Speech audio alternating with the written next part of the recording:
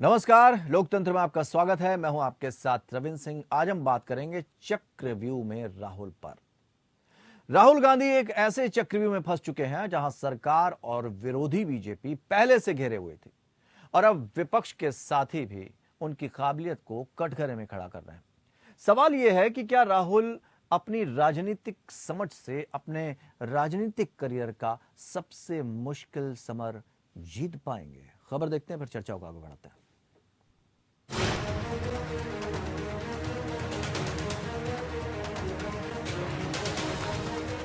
ममता ने दिया राहुल को झटका। तृणमूल की सर्वे सर्वा और पश्चिम बंगाल के मुख्यमंत्री ममता बनर्जी ने 24 में विपक्षी एकता का ट्रेलर पहले ही दिखा दिया है। ममता का मानना है कि मोदी के करिश्मे की काट राहुल नहीं हो सकते। ऐसे में राहुल को 24 में विपक्ष की बागडोर देना यानी चुनाव में पहले से हार मान लेना है। इस बीच आरएसएस ने भी राहुल गांधी पर निशाना साधा है। संघ नेता इंद्रेश का कहना है कि राहुल ने कैम्ब्रिज में जो बयानबाजी की है उससे लोकतंत्र का अपमान हुआ है। वैसे कांग्रेस राहुल पर तमाम हमलों का काउंटर करने की पूरी कोशिश कर रही है। राहुल के घर जब दिल्ली पुलिस पूछताछ के लिए पहुंची थी, उसके बाद कांग्रेस ने ट्वीट किया, सावरकर समझा है क्या, नाम राहुल गांधी है। सावरकर के बहाने वार से बीजेपी तिलमिला गई। जवाब में कानून मंत्री किरण रिजिजू ने पलटवार किया। बोले, सावरकर का अपमान ना करें, हाथ जोड़कर विनती कर रहा हूं। रिजिजू ने ट्वीट में कांग्रेस के सामान्य ज्ञान पर सवाल उठा दिए और यह भी लिखा कि महानता वही माप सकता है जो त्याग के सार को समझ सके। इन सब के बीच राहुल गांधी लगातार सरकार पर अडानी मामले को लेकर दबाव बना रहे हैं। आक्रामक बयान जारी है। राहुल का आरोप है कि सरकार उन्हें खामोश करना चाहती है। वो चीख चीख कर बोल रहे हैं, मेरी आवाज सुनो। जबकि विपक्ष के साथी हो या फिर विरोधी बीजेपी, एजेंसियों का दबाव हो या 24 की चुनौती, सच तो यह है कि राहुल चक्रव्यूह में फंस चुके हैं। कितने दरवाजों को भेद पाते हैं, ये जरूर उनकी अब तक की सबसे मुश्किल सियासी लड़ाई का नतीजा बताएगा। Bureau report.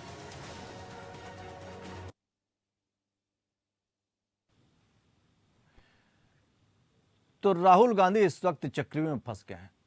एक वक्त था सत्ता पक्ष लगातार निशाना बना रहा था राहुल गांधी को, जाने क्या क्या नाम दे दिए और उसके बाद लगातार राहुल गांधी के ऊपर निशाना साधते रहे। लेकिन एक वक्त लग रहा था कि जब विपक्षी एकता होगी, सारे दल एक साथ होंगे तो शायद कुछ बड़ा देखने को मिलेगा, लेकिन ऐसा हुआ नहीं। अब तो तीसरा मोर्चा बन रहा है जिसमें कांग्रेस को कोई स्थान नहीं और ममता बनर्जी ने तो सीधे सवाल ही खड़े कर दिए हैं राहुल गांधी के ऊपर।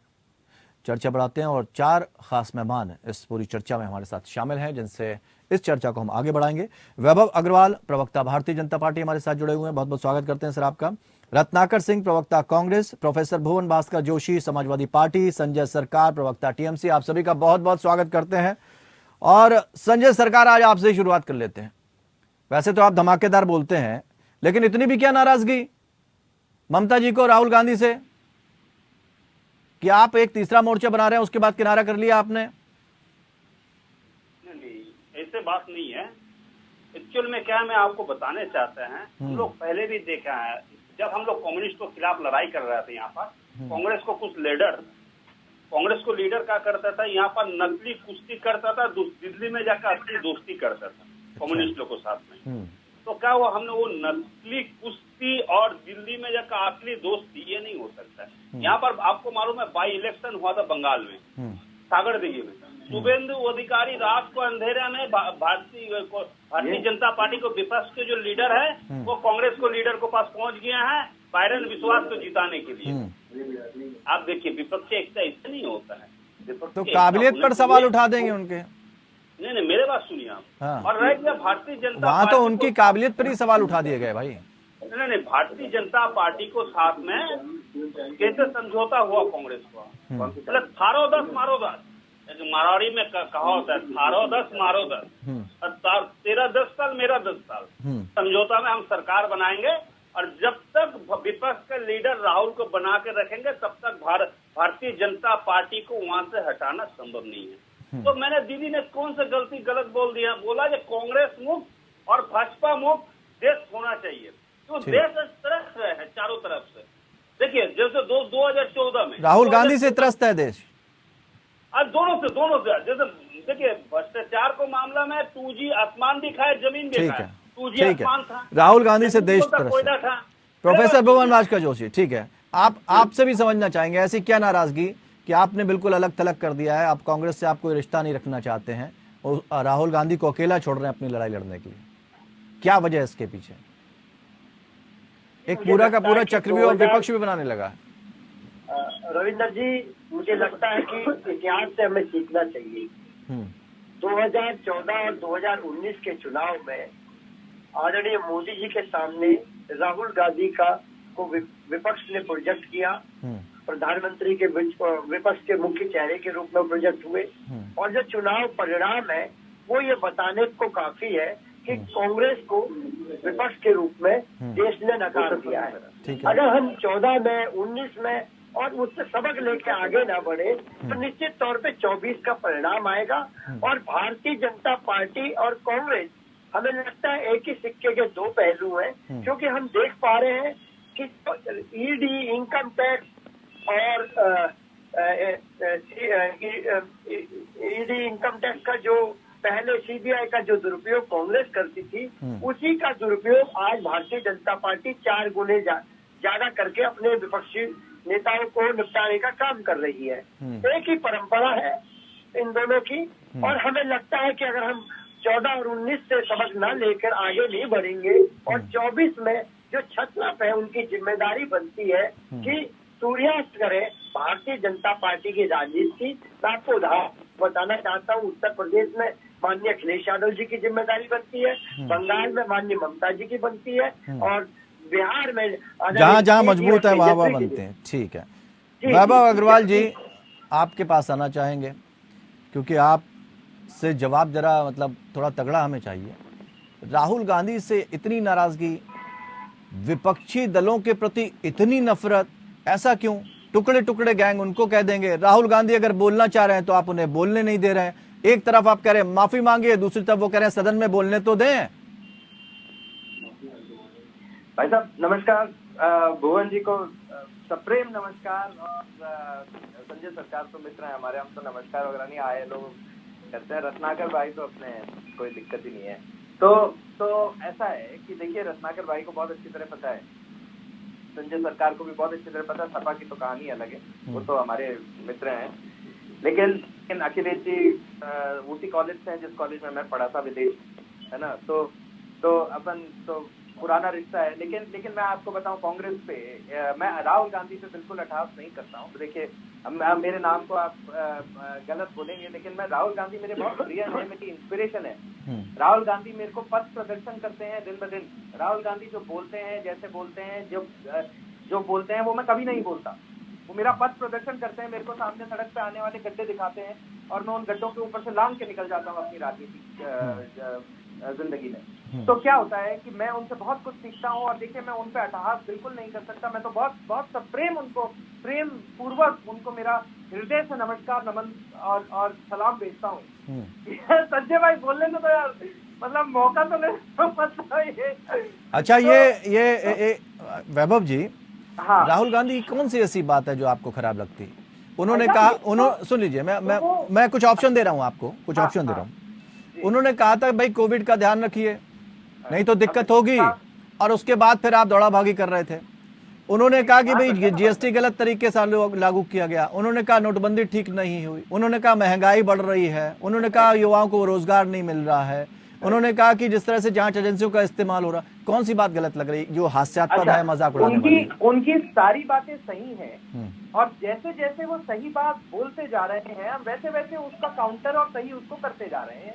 देखिए, राहुल गांधी हो सकता है बहुत तेज तर्रार दिमाग से तेज नेता हो सकते हैं, लेकिन हम लोग क्या है, हम लोग हिंदुस्तानी सादे लोग हैं।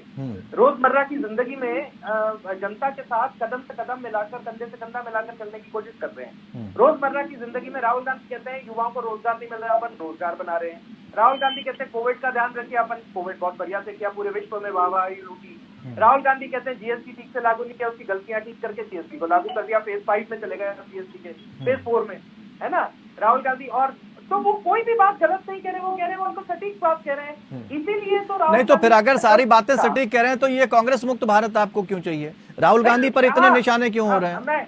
मैं आ रहा हूँ उसके ऊपर। इसीलिए तो हमने उनसे पूछा, उन्होंने बात इतनी सटीक करी, सच्चाईपूर्ण बात करी कि हमने उनकी बात पे विश्वास किया। जब उन्होंने बोला कि कई महिलाएं आई हैं उनके पास परेशानी लेके, रेप की परेशानी लेके, और हमने उनसे पूछा कि भाई साहब बता दो, हम ठीक कर देते हैं। अब तो मतलब अच्छा, जो सवाल आपको राहुल गांधी से करना, जो सवाल आपको पुलिस से करना चाहिए वो आप राहुल गांधी से कर रहे हैं। नहीं, राहुल हमें तो ये पता है कि हमारी पुलिस बढ़िया काम कर रही है, हाँ। लेकिन राहुल जी ने उसके आगे जाके आपत्ति जताई और उन्होंने बोला कि मुझे पता है कौन है, तो हम तो अपने लोगों की बात पूछ रहे हैं भाई साहब हाथ जोड़ के कि भाई साहब हमें बता दो, हम ठीक कर देते हैं। नहीं तो आप फिर गलत नहीं बता पाओगे ना हमें कि देखो हमारी सरकार में ये परेशानी हो रही है, ये हो रही है, ये हो रही है। अच्छा, तो मानना सिर्फ इतना सा है। अच्छा, पुलिस अब आपकी जहाँ तक- ठीक अब है, जहाँ तक ठीक है, इस पे भी हम कांग्रेस सवाल की बात पूछेंगे है। आपसे, इस पे भी हम सवाल पूछेंगे, पुलिस अच्छा काम कर रही एक है। सेकंड भाई साहब, एक सेकंड रविंद्र भाई, एक मिनट। अब जहाँ तक कांग्रेस मुक्त भारत की बात है, हमने कभी नहीं बोला राहुल मुक्त भारत, हमने कांग्रेस मुक्त भारत बोला। देखिए बहुत फर्क है उसके अंदर। हम कांग्रेस के नेताओं को बोलते हैं, रोकते हैं, गमले में गोभी नहीं उगाना है, क्योंकि वो कहीं भी जाते हैं, वो किसी भी प्रदेश में होते हैं या म्युनिसिपैलिटी में होते हैं, तो वो गमलों में गोभी उगाते हैं। अब देखिए, मैं करप्शन शब्द का इस्तेमाल नहीं कर रहा हूँ क्योंकि उसकी हिंदी नहीं आती है, मेरे को थोड़ा सा हाथ तंग है, लेकिन मैं सीखने की कोशिश कर रहा हूँ, है ना। मैं संजय भाई से, अगर संजय भाई अपना कीमती समय मेरे को दे तो मैं बंगाली सीखने की भी कोशिश करूँ। बहुत अच्छी बात है, लेकिन संजय जी, फिर हम फिर रत्नाकर जी के बाद, संजय जी, फिर आप क्यों ममता जी की तरफ से क्यों कहा जा रहा है, आपके नेता क्यों कह रहे हैं कि भारतीय जनता पार्टी की टीआरपी है राहुल? देखिए, वो टारगेट पॉइंट उसको दे गया है, ठीक है ना। टीआरपी का मतलब उसको टारगेट पॉइंट कर दिया गया है। जब आप टारगेट बनिए, आप विपक्ष लीडर बनिए और आपको देख कर जनता वोट ना दे। देखिए, ये बड़े बड़े बात भारतीय जनता पार्टी का भी जो प्रवक्ता जो बैठे हैं तो अभी बोलेंगे। मुकुल सांगमा जी मेघालय से जाके 5 दिन बैठा है, राहुल गांधी को मिलने का समय नहीं है, वो दूसरा दरवाजा खटखटाएंगे नहीं? आप बताइए। मोदी जी को मिलने का कोई समय मांगता ही नहीं है। मुख्यमंत्री थे, नहीं, ममता जी गई थी वहां पर। मेरे बात सुन लीजिए। वो जाके दिल्ली में बैठा रहेंगे 15 दिन से, राहुल गांधी को मिलने का समय नहीं है। भारतीय जनता पार्टी के खिलाफ वो लड़ने के लिए तैयार है, समय बिल्कुल नहीं है। फिर आके मेरे दोस्त बोलेंगे, फिर आके बोलेंगे यहाँ पर 2013 में जाके अब्दुल मन्नान जाके दिल्ली में दरबार किया, बंगाल में सीबीआई जांच करने चालू कर दो, सुप्रीम कोर्ट में जाके केस कर दिया है, सीबीआई जांच करने के लिए बोल दिया। उस समय क्या हुआ था, सीबीआई को छू करके राहुल जी को सरकार जो मनमोहन सिंह को भेजा था, अभी उसको मतलब दोनों दल आपको एक जैसे नजर आ रहे हैं। भारतीय जनता पार्टी उसी हिसाब से फिर दौड़ रहे हैं। क्या है, ये लोग ईडी सीबीआई को बल पे तो ये लोग सरकार में रहते हैं। ठीक है, अपना जनता का ठीक है। रत्नाकर जी, नहीं रह सकता है ये। रत्नाकर जी, ऐसे ऐसे बयान राहुल गांधी के आ गए हैं जिसमें अब विपक्ष को भी ये लगने लगा है कि अगर हम राहुल गांधी हमारे साथ खड़े रहे हैं तो इनसे ज्यादा तो हमें नुकसान होगा। ये स्थिति बन गई है। अब कांग्रेस की स्थिति ये हो गई है कि अमेठी और रायबरेली में जो वॉकओवर कांग्रेस को दे दिया जाता था वो अब नहीं दिया जाएगा। यानी पक्ष के तो, सत्ता पक्ष के पर तो टारगेट थे ही आप, अब तो विपक्षी दल भी आपको इग्नोर कर रहे हैं। बयान देने के पीछे की मंशा के ऊपर जाना चाहिए, किस मंशा से जो है बयान दे रहे हैं। रविंद्र जी देखिए, विपक्षी पार्टियों के बयान के ऊपर भी अगर मैं जाता हूँ तो नीतीश कुमार नहीं, मैं सिर्फ ये पहला तो सवाल यही है कि मतलब राहुल इस चक्रव्यूह से कैसे निकलेंगे, उनके सामने तो कई बड़ी चुनौतियां। मैं सिलसिलेवार तरीका से जवाब देना चाहता हूँ, वैभव जी का भी और सरकार जी का भी। देखिए, मैं वही विपक्षी दलों की बात पहले कर लेता हूँ कि विपक्षी दल जो है वो किस प्रकार जो है किस मंशा से बयान दे रहे हैं वो समझने की बात है। अगर विपक्षी जो दल है, क्षेत्रीय पार्टियां हैं, अगर उनके बयान की बात अगर लेते हैं तो नीतीश कुमार जी ने कुछ दिन पहले ही कहा था कि कांग्रेस अगर चाहे तो भारतीय जनता पार्टी 100 के अंदर सिमट सकती है। तो ये जो एक आईना है वो मैं दिखाना चाहता हूँ भारतीय जनता पार्टी के लोगों को कि आप कांग्रेस को इतना भी कमजोर समझ के और गेम प्लान मत करिए। आज आप लोग जो है भारत जोड़ो यात्रा में ये टीआरपी जो अभी कह रहे हैं संजय सरकार जी की टीआरपी मोदी जी की बढ़ा रहे हैं, अगर हम टीआरपी बढ़ाते तो लाखों की संख्या में, हजारों की संख्या में लोग राहुल गांधी के साथ जुड़ते नहीं। और आपके स्वास्थ्य मंत्री चिट्ठी सिर्फ राहुल गांधी को नहीं लिखते, और 5 दिन से जो सदन जो आप लोग बाधित कर रहे हैं, ये भारतीय जनता पार्टी के लोग जो सत्ता में बैठे हैं वो राहुल गांधी को बोलने का मौका नहीं दे रहे हैं। मतलब समझ सकते हैं कि राहुल गांधी का कद जो है वो कितना राजनीति में बढ़ता चला जा रहा है, जिससे घबरा करके ये इस तरह के अपने तो खुद बयान देंगे तो लोग नहीं तो लोग उसको गंभीरता से लेंगे नहीं, लेकिन कुछ राजनीतिक पार्टियां हैं जो मोदी जी के सामने चरण वंदन कर रही हैं। किस लिए कर रही है उसके पीछे की मंशा मैं बता रहा हूं। कौन सी पार्टी चरण वंदन कर रही है? तृणमूल कांग्रेस की बात कह रहा हूँ। जी। इसलिए कर रही है ठीक। क्योंकि पार्थ चटर्जी के जैसे भ्रष्ट लोगों का जो 52 करोड़ का कैश बरामद हो गया है, 103 करोड़ की प्रॉपर्टी बरामद हो गई है, और अनुव्रत मंडल जैसे लोग जो है वो भ्रष्टाचार में लिप्त पाए गए हैं, और अभिषेक बनर्जी जी की पत्नी जो कोयला तस्करी में सीबीआई तो इसमें तो उन्हें भारतीय जनता पार्टी के साथ खड़ा होना चाहिए ना, वहां तो तीसरा मोर्चा बन रहा है। आप कह रहे हैं भारतीय जनता पार्टी की चरण वंदन कहाँ हो रहा है? तीसरा मोर्चा बना रहा है ना वो तो। नहीं, आप समझिए, हाँ। ये फायदा किसको कराने की कोशिश कर रहे हैं? ये भारतीय जनता पार्टी को फायदा कराने की कोशिश कर रहे हैं। अगर मेरा कहना ये है कि तृणमूल कांग्रेस जो है वो एक राज्य स्तर तक सीमित है, ठीक है, और कांग्रेस पार्टी जो है एक राष्ट्रीय पार्टी है, हर जिले में हर क्षेत्र में उसका अपना कार्यकर्ता है, अपना पहुंच है। ठीक है, एक मिनट संजय जी आ रहे हैं आपके पास। जी वैभव जी जवाब देना चाह रहे हैं। वैभव जी, देखिए सबसे ज्यादा फायदा जो है वो भारतीय जनता पार्टी को होगा। कांग्रेस मुक्त भारत, राहुल जी की छवि खराब कर दो, लेकिन मुद्दों का जवाब नहीं है भारतीय जनता पार्टी के पास, घबरा रही है इसलिए बोलने नहीं दे रही। रविंद्र भाई, मैं पिछले 10 मिनट से आपने प्रश्न किए मेरे से कि राहुल गांधी ऐसे बोल रहे हैं, और मैं आप छवि खराब करने की बात कह रहे हैं। मैं कह रहा हूँ वो जो बोल रहे हैं वो सही बोल रहे हैं। मैं तो ओपन स्टेटमेंट दे रहा हूँ कि वो सही बोल रहे हैं। इससे ज्यादा क्या सभी सही करूंगा उनकी। लेकिन हाँ, रविंद्र भाई को मैं थोड़ा सा याद जरूर दिलाना चाहूंगा। उन्होंने 3 पॉइंट बोले और मैं उनसे पलट के 3 पॉइंट पलटवार कह लें या पलट प्रश्न कह लें या कुछ भी कह लें, वो जागरूकता है मेरी। मैं उनसे छोटा हूँ थोड़ा सा और भारत का नागरिक भी हूँ। मैं अपने को भारत से ऊपर नहीं समझता, संजय जी आ रहे हैं आपके पास। नहीं आता हूँ, गांधी नहीं है मेरे पास नाम, तो कोई बात नहीं, मैं राजा नहीं हूँ, लेकिन राजकुमार अपने घर का जरूर हूँ, लेकिन देश का तो एक नागरिक ही हूँ। तो उनसे मैं पहला पॉइंट उन्होंने बोला नीतीश कुमार की उन्होंने एग्जाम्पल ली और वो हमें भाजपा को आईना दिखाने की कोशिश कर रहे हैं, है ना। तो कोई दिक्कत नहीं है, आप भाजपा को आईना दिखाने की कोशिश करें, लेकिन फिर राहुल गांधी देश को आईना दिखाने की क्यों कोशिश कर रहे हैं विदेश में? सबसे पहला प्रश्न तो वो बनता है, देश के खिलाफ क्यों बोल रहे हैं? तो ये जवाब किससे चाहिए आपको? दूसरा प्रश्न उन्होंने एक आ रहे रत्नाकर जी, दूसरा प्रश्न सुन लेते हैं। उन्होंने 52 करोड़ का टीएमसी का ये कर लिया, अभिषेक बनर्जी की पत्नी का नाम बोल दिया, 5, 10, 20 करोड़ जो भी होगा मुझे ध्यान नहीं है, वो अपन टीएमसी की बात करेंगे तो फिर वो भी ध्यान आ जाएगा, लेकिन अभी तो कांग्रेस पे फोकस है अपना, ठीक है। तो अभी क्या है, और 2, 4, 5 उन्होंने नाम लिए कि 5, 5, 10, 10, 15, 15, 20, 20, 100 करोड़ के काम है। भाई साहब 1700 करोड़ का स्कैम है जिसपे बेल में है राहुल गांधी नेशनल हेराल्ड के। 17,000 करोड़ का स्कैम है जो इन्वेस्टिगेशन में है। जवाब दे रहे हैं करोड़ की क्या हिम्मत, जवाब दे रहे हैं 17,000 करोड़ के सामने आए। जवाब दे रहे हैं रत्नाकर जी। दोनों सोनिया गांधी जी, राहुल गांधी जी जवाब दे रहे हैं आपकी बात कर रत्नाकर जी। रत्नाकर जी अच्छा, एक मिनट रत्नाकर जी, एक मिनट रत्नाकर जी, एक मिनट रत्नाकर जी, आखिरी पॉइंट।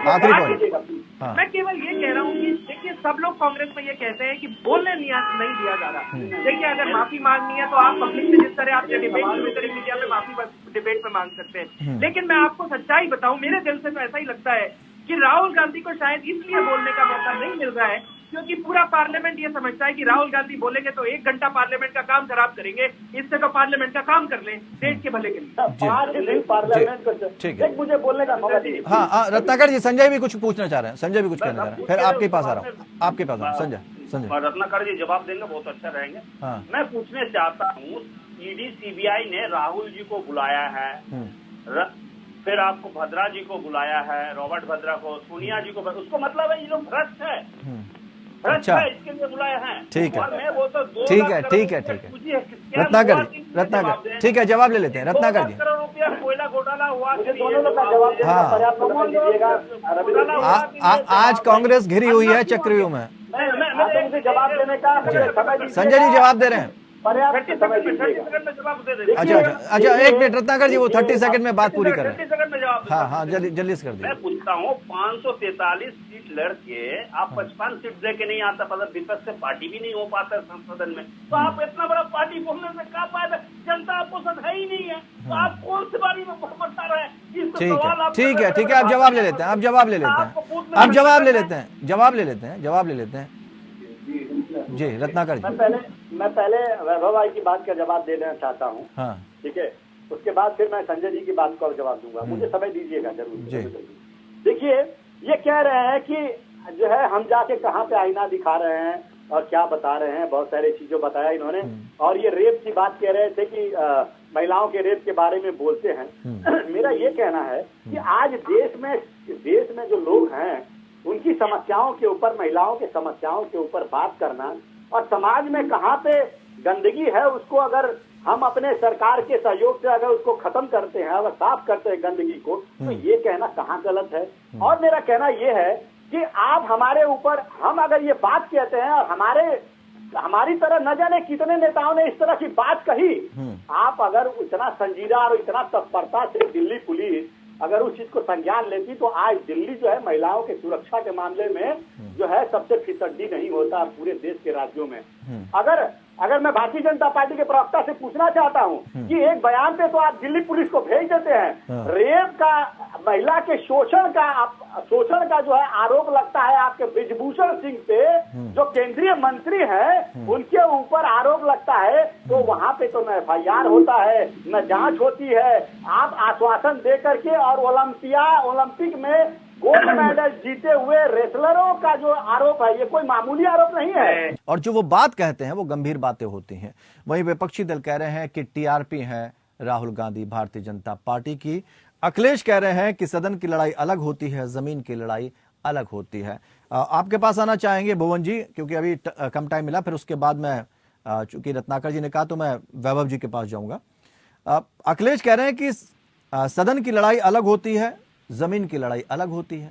यही बात तो बाकी लोग भी कह रहे हैं कि भाई विधानसभा की जो लड़ाई होती है वो अलग होती है, लेकिन लोकसभा की जो चुनाव होते हैं वो अलग होते हैं। अब वो कहां बात गई, ये दोस्ती हम नहीं तोड़ेंगे अखिलेश यादव जब कहा करते थे, वो दोस्ती टूट गई अब। देखिए, दोस्ती तो आजकल एक ही चल रही है अपने देश में, और वो चल रही है हमारे आदरणीय मोदी जी और अडानी। उस दोस्ती के आगे सब दोस्ती फीकी है। मैं इसके साथ साथ आपको बताना चाहता हूँ समाजवादी पार्टी की क्या जिम्मेदारी बनती है।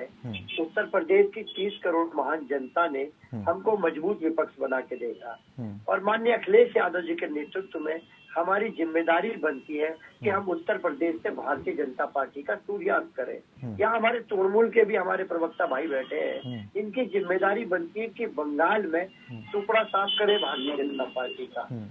ऐसे ही बिहार में आप देख पा रहे होंगे आदरणीय, नहीं तो उत्तर प्रदेश में तो सूर्यास्त कर दिया ना, परिवारवाद का आरोप लगा दिया, और उन्होंने कहा कि पूरी राजनीति में समाजवादी पार्टी का पूरा परिवार भी है। देखिए, अगर परिवारवाद की बात करूंगा तो मुझे लगता है डिबेट यही खत्म हो जाएगी। मैं मोटे मोटे नाम बताना चाहता हूँ। कल्याण सिंह जी की तीसरी पीढ़ी आज मंत्री पद में है, उनके पोते आज मंत्री है, बेटा सांसद है। माननीय राजनाथ सिंह जी के बेटे विधायक है, और लालजी टंडन के बेटे भी आज वहाँ पर सांसद विधायक के रूप में हम उनको देख पा रहे हैं। इसके अलावा अमित शाह जी के बेटे भी जो बल्ला चलाना भी नहीं जानते, उनको देख पा रहे हैं कि बोर्ड के अध्यक्ष बने हुए हैं। तो निश्चित तौर पे इनके कथनी में करनी में, ये तो उत्तर प्रदेश के उदाहरण है छोटे मोटे, मैं पूरे प्रदेश में आ जाऊंगा तो बहस यही खत्म हो जाएगी।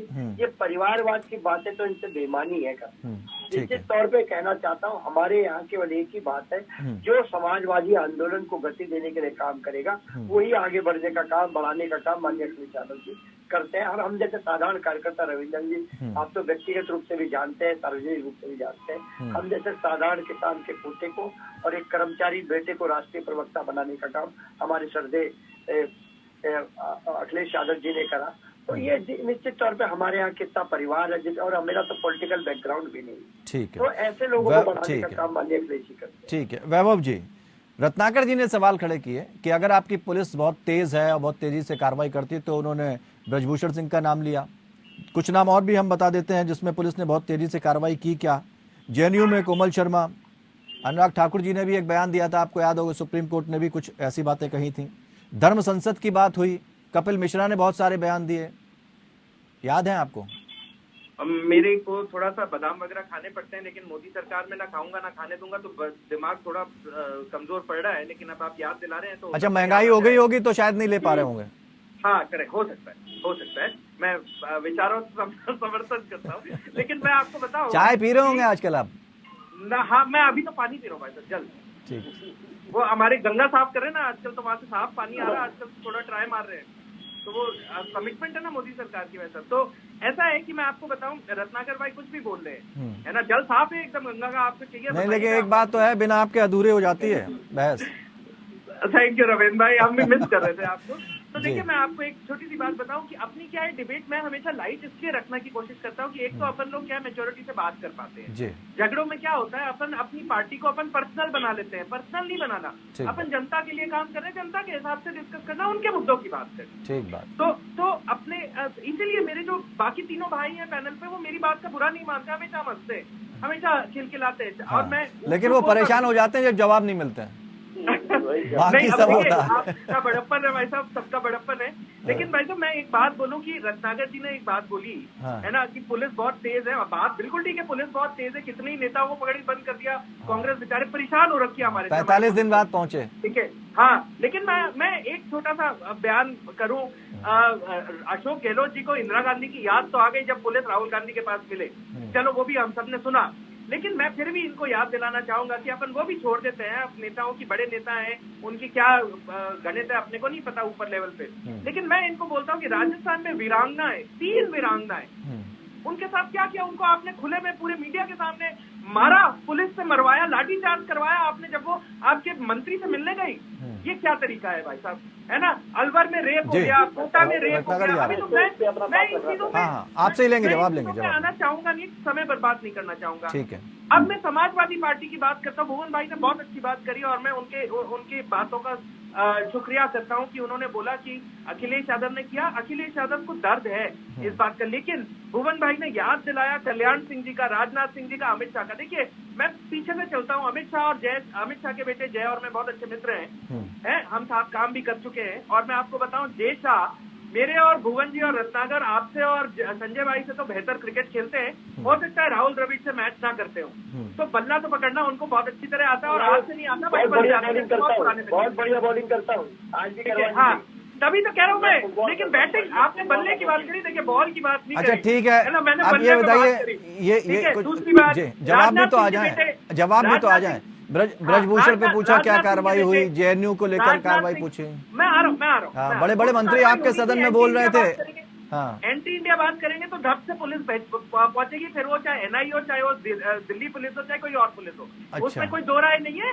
किसी को अगर कोई सुन रहा है मेरी बात को तो वो बहुत कान खोल के सुन ले कि भारत के खिलाफ बोलोगे तो घर में से उठा के मारेंगे। अच्छा, तो वो मैं आपको ओपन बात बोल रहा हूँ, मारेंगे मतलब मारना नहीं है, मारेंगे मतलब धरेंगे, ठीक है। ये यूपी की भाषा है, इसलिए मैं अभी यूपी के मित्रों के साथ होता तो थोड़ा निकल जाता है, मतलब कह भी दो पुचकार भी दो, यही बात है। हाँ, तो राजनाथ सिंह जी के बेटे की बात कर ले अपन, तो राजनाथ सिंह जी के बेटे जो महाशय आज एमएलए बने हैं, उन्होंने 20 साल पार्टी में नीचे रह के काम किया है। 10 एमएलए आए, 10 निकल गए, 20 साल है उन्होंने उनके सबके साथ कार्यकर्ता के हैसियत में काम किया, तो आज वो एमएलए बने, उनको नहीं, ये तो अपनी अपनी पॉलिसी है ना पार्टी की। देखिए वैभव जी डिबेट दूसरी तरफ चले, मंत्री बनाया, हर पार्टी करती है, हर पार्टी जहां पर वोट बैंक को साधना होता है वो वोट बैंक को साधती है, इससे तो कोई दो राय नहीं है। लेकिन सवाल तो यह है कि जो उन्होंने मूल सवाल पूछा कि भाई अगर आपकी पुलिस इतनी तेज है तो इन लोगों पर कार्रवाई क्यों नहीं हुई, एक तो उसका जवाब चाहिए। दूसरी बात यह है कि वो कह रहे हैं भैया हिंडनबर्ग और जेपीसी की, अगर जेपीसी की जांच हो जाए तो बहुत ही बढ़िया बात है, आप उस पर भी बात नहीं कर रहे हैं।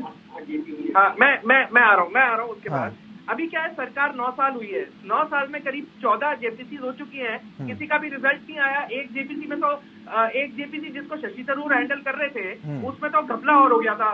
रत्नाकर जी कुछ कहना चाह रहे हैं, एक मिनट पूछना चाह रहे हैं कुछ आपसे, वो शायद भुवन जी को शायद पता नहीं हो। नहीं, वो पूछना चाह रहे हैं आप। जब 2013 में, एक सेकंड, 2013 में जब कर्नल पुरोहित को अंदर किया गया था कांग्रेस सरकार द्वारा, तो समाजवादी पार्टी के अबू आजमी को धरा गया था, नाम लिया गया था, और समाजवादी पार्टी ने सुप्रीम कोर्ट में राहुल गांधी के खिलाफ झूठा केस दायर किया था। ये तो रत्नाकर सिंह जी को पता है। तो ये दोस्ती क्या कहलाती है मुझे नहीं पता। जवाब ले लेते हैं, राजनीतिक प्रारूप में अपने को नहीं पता। जोशी रत्नाकर जी इस बात का जवाब देना, गलत है जी। दोहरे बात जोशी नहीं होने चाहिए। भास्कर जी देखिए, मैं आपको बताना चाहता हूँ, जो 2014 का चुनाव नजदीक आएगा, भारतीय जनता पार्टी को पता है कि राहुल गांधी को अगर विपक्ष का चेहरा वो बनाएंगे, अप्रत्यक्ष रूप से मदद करेंगे, तो 2014 और 19 का परिणाम आएगा। अब भारत की जो जनता है उसे मुक्ति दिलाने का संकल्प माननीय अखिलेश यादव जी ने लिया है। निश्चित तौर पे हम अपने जो सहयोगी हैं, जो क्षत्रप नेता है, उनको लेके आगे बढ़ने का काम करेंगे। और माननीय अखिलेश यादव जी ने स्पष्ट कर दिया कि भारतीय जनता पार्टी को हराने के लिए हम किसी राष्ट्रीय पार्टी के साथ गठबंधन नहीं करेंगे। ठीक है, रत्नाकर जी जवाब दें। रविंद्र जी देखिए, वैभव जी अभी कह रहे थे कि जेपीसी जांचें जो होती हैं उसका रिजल्ट नहीं आता है। इसका ये मतलब है क्या कि आप अगर हम मांग कर रहे हैं जेपीसी जांच कराने का और उसका रिजल्ट नहीं आता है तो आप जेपीसी जांच बिठाएंगे ही नहीं। जेपीसी जांच होती है जो गठित होती है, ज्वाइंट पार्लियामेंट कमेटी जो गठित होती है, उसके बहुत बड़े अधिकार होते हैं। उसका अधिकार क्षेत्र इतना होता है कि वह प्रधानमंत्री तक भी जो है वो प्रश्न पूछ सकते हैं। नहीं, लेकिन वो तो ये भी कहते हैं ना, वो तो ये भी कहते हैं कि आज कम से कम भ्रष्टाचारियों के घर पुलिस पहुंचती है, उनकी गिरफ्तारियां होती हैं, पहले तो होती ही नहीं थी। नहीं कितने, मैं वही कह रहा हूँ, अरे सुन लीजिए, ईडी का जो जांच कराए हैं अभी तक, ये ईडी का जो मामला हो रहा है, कितनों को आरोपियों को कितनों पे तथ्य जो साबित कर पाए हैं और कितने अपने पार्टी के नेताओं के ऊपर ईडी की जांच कराए हैं, ये भी बता दीजिए। 95% विपक्ष नेताओं के ऊपर ईडी का जांच करा रहे हैं। क्यों करा रहे हैं? क्योंकि यह दबाव बनाना चाहते हैं और विपक्ष को जो है तोड़ने का काम करना चाहते हैं। जैसा कि आपको मैं उदाहरण भी दे देता हूं, शरद पवार जब यहाँ पे महाराष्ट्र में इलेक्शन था तो शरद पवार के ऊपर भी ईडी की जांच बिठा दी गई थी। पश्चिम बंगाल में जब इलेक्शन था तो ममता बनर्जी के परिवार पे सीबीआई की जांच बिठा दी गई। तो ये जो केंद्रीय एजेंसियों को एक हथियार के रूप में इस्तेमाल करना की कोशिश करते हैं, जो विपक्ष को जो है डराने का काम करते हैं। आज मैं ये पूछना चाहता हूँ कि आप राहुल गांधी जी के ऊपर इतने आरोप लगा रहे हैं, आप क्यों नहीं सदन चलने देना चाह रहे हैं? आप 1 घंटे की बात कह रहे थे, हाँ राहुल गांधी 1 घंटे में अपनी बातों को रख लेंगे और आप जो आरोप लगा रहे हैं वो सारे आरोपों का जवाब देंगे, लेकिन सदन तो 5 दिन से आप नहीं चलने देना चाह रहे हैं। आप आते ही माफी मांगो का एक जो है अभियान चलाने लगते हैं। माफी तो प्रधानमंत्री मोदी जी को देश से मांगना चाहिए, महंगाई के लिए, बेरोजगारी के लिए, किसान 600 मर गए उसके लिए, जीएसटी के लिए, नोटबंदी के लिए प्रधानमंत्री को माफी मांगना चाहिए। एक बात और अंतिम बात कहूंगा, मैं ज्यादा समय नहीं लूंगा। ये राजस्थान के वीरांगनाओं की बात कह रहे थे वैभव भाई, शायद इनकी जानकारी इस मामले में थोड़ी कम है। मैं कहूंगा कि आप जानकारी और ले लीजिए। देखिए, जो वीरांगनाएं हैं वहाँ पे, उन वीरांगनाओं को राजस्थान सरकार ने नियम के अनुरूप 50-50 लाख रुपए की मदद दी है। उनके पत्नियों को, उनके पेरेंट्स को 5-5 लाख रुपए की मदद दी है। उनके बच्चों को नौकरी का, संतानों को नौकरी के अधिकार को सुरक्षित रखा है। फिर अलग थलग क्यों पढ़ रहे हैं? फिर अलग थलग क्यों पढ़ रहे हैं राहुल गांधी? ये भी तो समझना होगा। ठीक है, लगा रहे, मैं आगे बोल रहा हूँ, समझ जाएंगे। हमने कल हाई कमीशन पे अटैक हुआ, उसपे आप क्या कमेंट करेंगे? एक बात, वैभव जी आएंगे, अभी संजय के पास भी जाना है। पूरा कर लेता हूँ। आज भारतीय जनता पार्टी के नेता उन वीरांगनाओं को लेकर के धरने पे बैठते हैं, उसका कारण ये है, मालूम है? इनका कहना ये है कि आप उनके रिश्तेदारों को नौकरी दो।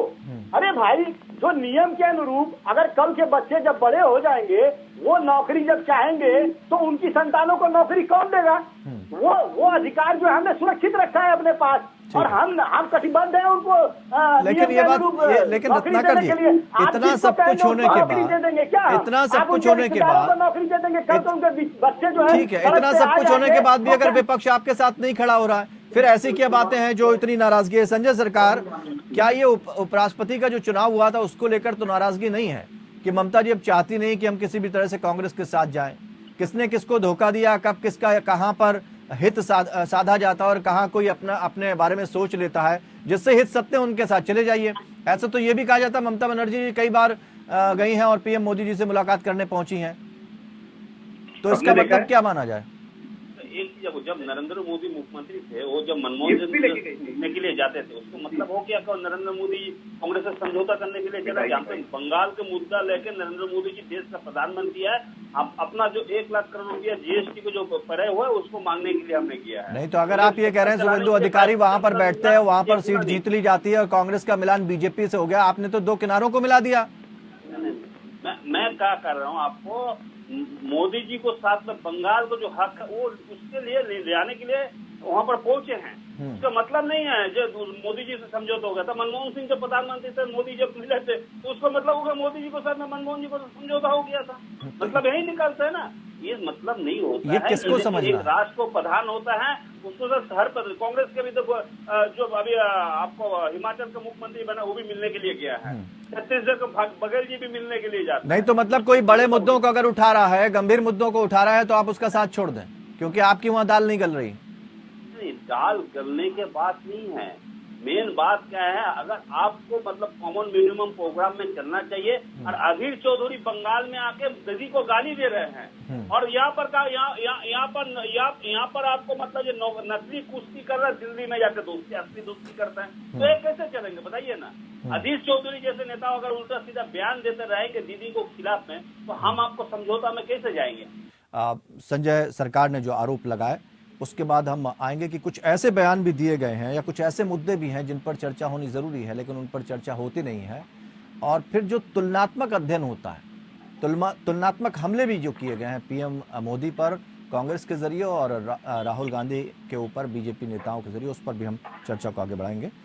रत्नाकर जी, जब आपके नेता अधीर रंजन चौधरी का उन्होंने नाम लिया, वहां जाकर जिनसे आप सहयोग लेना चाहते हैं, जिनके साथ आप 2024 के चुनाव में खड़े होना चाहते हैं मजबूती से, जिनके साथ आप तीसरे मोर्चे की बात कर रहे थे, उनकी ही बुराई करेंगे, तो ये जो है एकता कैसे बनेगी? देखिए रविंद्र जी, तीसरा मोर्चा जो है वो कौन कौन पार्टियों का बनेगा, ये थोड़ा सा अभी उसमें टाइम है, क्योंकि अभी वर्तमान में 2023 में अभी जो मध्य प्रदेश, राजस्थान और कर्नाटक का जो इलेक्शन है वो ज्यादा महत्वपूर्ण है। रही बात जो है क्षेत्रीय दलों के गठबंधन की, तो निश्चित रूप से हम उस पर जरूर सबका साथ और सहयोग लेकर आगे लड़ाई लड़ने का काम करेंगे। लेकिन कहीं न कहीं जिस प्रकार देखा गया है कि मायावती जिस प्रकार हथियार डाल दी हैं भाजपा, भारतीय जनता पार्टी के सामने, उत्तर प्रदेश का चुनाव में भी आपने देखा, कहीं उसी प्रकार ममता बनर्जी भी हथियार न डाल दे 2024 में भारतीय जनता पार्टी के साथ। उसके पीछे कारण है कि ये तमाम जो बरामद हुए हैं, तमाम जो है घोटालों भ्रष्टाचार के ऊपर जो है नकेल कस दिया गया है मोदी सरकार के द्वारा ममता बनर्जी के ऊपर, तो कहीं न कहीं ये नतमस्तक हो गई है ममता बनर्जी और राहुल गांधी के ऊपर जो है ये हमलावर हो रही है। या राहुल गांधी नहीं, अगर ममता, अगर संजय आगे कहना चाहूंगा, संजय, अगर मेरा कहना ये है कि सारे जो क्षेत्रीय पार्टियां हैं अपने अपने राज्यों में भारतीय जनता मतलब आप ये पार्टी कहना चाहते हैं पश्चिम बंगाल में जितनी बुरी तरह से लड़ाई हुई है, जो सियासी संग्राम हुआ है विधानसभा चुनाव में, उसके बावजूद जो है ममता बनर्जी जाकर भारतीय जनता पार्टी के साथ मिल जाएंगी, ये कहना चाह रहे हैं? देखिए परिस्थितियां बदल गई हैं रविंद्र जी। परिस्थितियां इस कदर बदल गई हैं कि चुनाव तो जरूर लड़े, और चुनाव में हमारी कांग्रेस पार्टी की क्या स्ट्रेटेजी थी मैं वो चैनल पे डिस्क्लोज नहीं करना चाहता, लेकिन हमारी स्ट्रेटेजी की वजह से भारतीय जनता पार्टी सत्ता से दूर रही और पूर्ण मेजोरिटी में टीएमसी आई। लेकिन चुनाव के बाद जिस प्रकार टीएमसी के बड़े नेता घोटालों में शामिल हुए और उनका जो है करप्शन का जो है रंगे हाथों को पकड़ लिया गया, और उनके ऊपर जब दबाव बनाया गया ईडी और सीबीआई का, तो लाजमी है कि ममता बनर्जी जो है कॉम्प्रोमाइजिंग नेचर में आ गई है भारतीय जनता पार्टी के साथ। ठीक है, फिर भी अगर आपको लगता है कि आप बड़े मुद्दों को भी उठाते हैं, आपको लगता है कि विपक्षी दल आपके साथ भी नहीं है, देखिए सारी चीजें सब कुछ ठीक चलता अगर कांग्रेस को ये लग रहा है, तो ऐसे बयान देने की जरूरत क्या पड़ जाती है? क्या आपको लगता है कि लोकतंत्र खतरे में है प्रधानमंत्री नरेंद्र मोदी की अगुवाई में? ऐसे बयान क्यों आ जाते हैं फिर? देखिए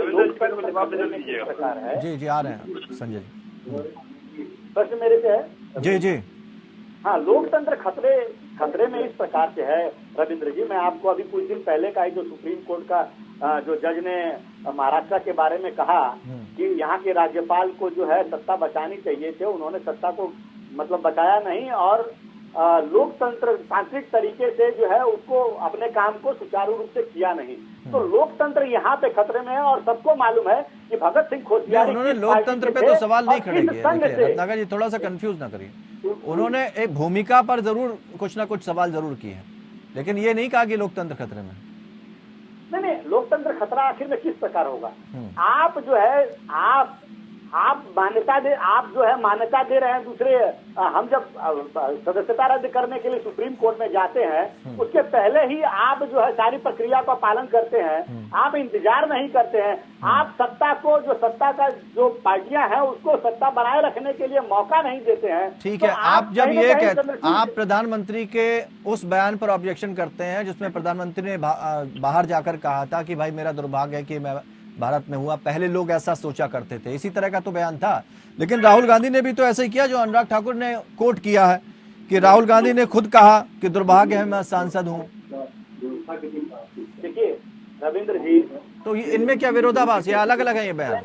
रविंद्र जी, भारतीय जनता पार्टी राहुल गांधी के ऊपर विशेष तौर से कोई भी वक्तव्य देते हैं जब वो देश हित के बारे में या भारतीय जनता पार्टी की नीतियों के बारे में, जो इनकी नीतियां हैं उसके बारे में वक्तव्य जब देते हैं तो भारतीय जनता पार्टी उसको ट्विस्ट करके और लोगों के सामने प्रेजेंट ऐसे करती है कि राहुल गांधी जो है वो देश विरोधी बयान दिए हैं। अगर भारतीय जनता पार्टी की नीतियों के बारे में अगर वो कोई चीज कहते हैं तो वो देश विरोधी कैसे हो जाता है? मैं ये भारतीय जनता पार्टी से पूछना चाहता हूँ। नहीं, मैं तो आपसे पूछ रहा हूँ कि अगर आपको लगता है कि प्रधानमंत्री का वो बयान ऐसा था जो गलत था, तो यहाँ राहुल गांधी भी तो यही बात कह रहे हैं ना। हमने ये कहा कि अगर प्रधानमंत्री जी के उस बयान को आप कोट करते हैं कि विदेश में जाके ये कह रहे हैं कि दुर्भाग्य भारत में पैदा हो गया, जब वो कह रहे थे कि लोगों को पहले से लगता था, तो वही बात तो राहुल गांधी ने भी कहा कि दुर्भाग्य है मैं सांसद हूं। तो इनमें क्या अलग अलग, कुछ अलग है क्या? देखिए रविंद्र जी, अगर प्रधानमंत्री जी जाते हैं कांग्रेस की 70 साल की नीतियों के बारे में कोई भी बात करते हैं, हमने तो कभी नहीं कहा कि आप आओ और माफी मांगो, हमने तो कभी नहीं कहा कि आपने भारत देश का अपमान कर दिया। वैसे ही राहुल गांधी अगर विदेशी पटल पे जाते हैं और नरेंद्र मोदी जी की नीतियों के बारे में अगर कोई चर्चा करते हैं तो इसमें फिर भारतीय जनता पार्टी को इसमें कहाँ पे बुरा मानने वाली कोई चीज दिखती है? और माफी मांगो का 5 दिन से सदन नहीं चलने देती है। मेरा कहना यह है कि क्या उन्होंने सही कहा है, क्या गलत कहा है, सदन में उनको मौका दीजिए। वो तो स्पीकर से जाके मौका मांग रहे हैं कि हमें आप मौका दीजिए सदन में अपनी बातों को रखने के लिए, ताकि देश की जनता को ये पता चले कि हमारी मंशा क्या रही है, क्या कहना चाह रहा था मैं और क्या मैंने कहा है, वो सारी चीजें वो तो कह रहे 45 मिनट तक बोलने दिया, उसके बाद भी बाहर जाकर ये कह रहे हैं। संजय सरकार जी, मेरे रत्नाकर जी को एक चीज की याद दिलाने चाहता है। अटल जी उस समय देश के प्राइम मिनिस्टर थे और बिल क्लिंटन अमेरिकन राष्ट्रपति थे। राहुल गांधी कुछ नार्कोटिक्स केस में पकड़ा गया था, तो अटल जी लाइजनिंग करके उसको निकाल के लेके आ गया था। समझौता सत्य नहीं है, आपको समझो नहीं, सत्य नहीं, हकीकत है। आपको जानकारी होना चाहिए, आपको जानकारी होना चाहिए। नहीं संजय जी, एक मिनट, संजय जी खत्म कर देंगे। देखिए बंगाल में चुनाव हो रहा था नहीं और ईडी सीबीआई को हमेशा रेड कर रहा था। हम सीना दिखाया, सीने 56 इंच के नहीं है, वो दिखा दिया बंगाल में दीदी। फैक्ट्स पर बात करिए, फैक्ट्स पर बात करिए, ठीक है। अब 0 आपको मिले थे बंगाल में। आप बड़े बड़े भाषण मत बोलिए। और आप सड़क पे और सदन में आइए, मोदी सरकार की गलत नीतियों का खुलकर विरोध करिए।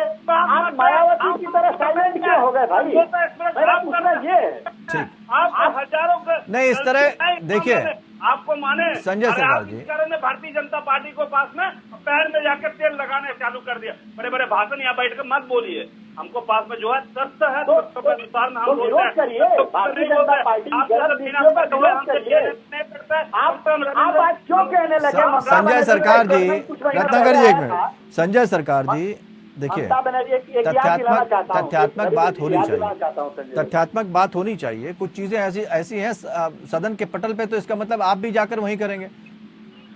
नहीं, ये बोल रहे हैं ना, जब अटल जी इसको राहुल जी को नार्कोटिक्स केस में यूएसए में बचाया, किसने बचाया? जब तो उस समय क्लिंटन जी थे, बिल क्लिंटन जी थे, उसको बोल के उस समय पूरा हल्ला हो गया था। हम नहीं है, आप उसको किसने समझौता किया? मोदी जी के बारे में क्या हल्ला हुआ है? मोदी जी के बारे में क्या हल्ला हुआ है? ठीक है, लेकिन ऐसे जैसे आप लोग जिस तरह की बातें आपकी हो रही हैं, एक मिनट रत्नाकर जी,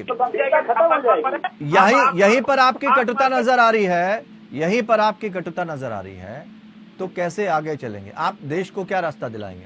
यही बात तो भारतीय जनता पार्टी कर रही है कि हमारे विजन बिल्कुल क्लियर है, हम राष्ट्र की बात करते हैं, हम देश की बात करते हैं, हमारा विजन एक है और हमारी नीति नियत में कोई खोट नहीं है। वैभव जी, बोलने देंगे क्या और कब तक नहीं बोलने देंगे, और बोलने क्यों नहीं दिया जा रहा है, सबसे बड़ा सवाल। आप देखिए, कई बातें आप लोगों ने नहीं कही। एक वक्त था जब मनरेगा को बड़ा हल्के में लिया जा रहा था, लेकिन कोविड में कई लोगों को बचा लिया। कृषि कानून को लेकर आप कहते हैं किसानों के हित में है, तो कृषि कानून आपको वापस लेने पड़े। किसानों ने विरोध किया और काफी हंगामा हुआ। पेपर लीक मामले में क्या किया गया, सिलेंडर के दाम बढ़ गए, उसमें क्या किया गया। युवाओं पर लाठीचार्ज हुआ था, आपको ध्यान होगा। बीएड प्रशिक्षु पर भी लाठीचार्ज हुआ था, उसमें तमाम महिलाएं भी थी। तो ये कुछ घटनाएं भी हैं ऐसी, ये याद है आपको? नहीं भाई साहब, मैंने अभी तो बताया कि बादाम की थोड़ी दिक्कत है, तो हो सकता है, बट आप कह रहे हैं तो उसका हो सकता है थोड़ा लाइट जल जाए। लेकिन फिलहाल के लिए जो मुझे याद है मैं आपको वो बता देता हूँ, हो सकता है आपके जवाब मिल जाए, मेरे को पक्का नहीं पता है।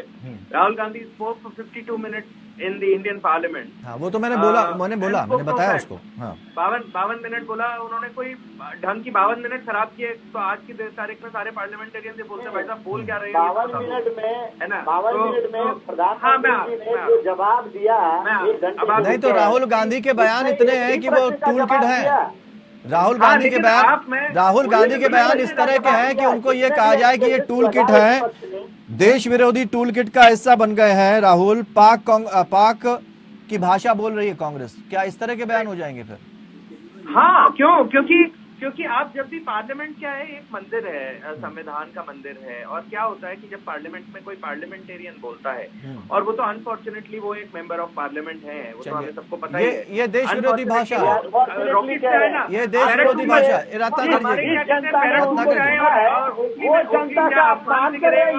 खजूर में अटके, खजूर से गिरे और मेंबर बोल रहे हैं। वैभव जी, अपनी भाषा को दुरुस्त करिए।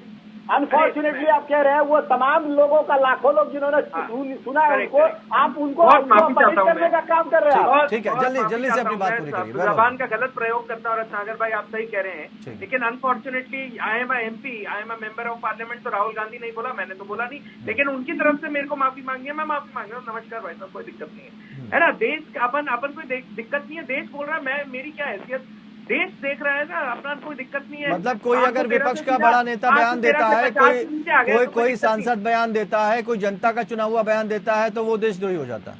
नहीं, मैं अगर वो गंभीर मुद्दों पर बात सवाल कर रहा पूछ रहा है। हूं। अभी राहुल गांधी ने 10 दिन पहले जिस पार्लियामेंट में जाके देश की बुराई करी, अब मैं शब्दों का गलत प्रयोग या सही प्रयोग नहीं कर रहा, मैं उसमें टाइम वेस्ट नहीं करना चाहता। आखिरी के 10 वो तो कह रहे हैं आपने पूरी स्पीच सुनी नहीं। लेकिन मैं एक बात बोलूं कि जिस देश के पार्लियामेंट में जाके राहुल गांधी ने जो भी बोला देश के खिलाफ, हमारा तो मानना यही है। हो सकता है भाई साहब उन्होंने अंग्रेजी में बोला, हमारा अंग्रेजी में आतंक है ना, लेकिन जो भी बोला वो अंग्रेजी में बोला। तो अंग्रेजी में क्यों बोला? भुवन भास्कर जोशी जी, चलते चलते आपसे एक जवाब चाहेंगे। ठीक है, रत्नाकर जी, वैभव जी, भुवन भास्कर जोशी जी, चलते चलते एक सवाल, भारत के झंडे का आसमान हुआ, चलते चलते एक सवाल। कौन से बिल में हुए राहुल गांधी? पार्टी की नीतियों के खिलाफ कौन से खिलाफ बना रहे हैं?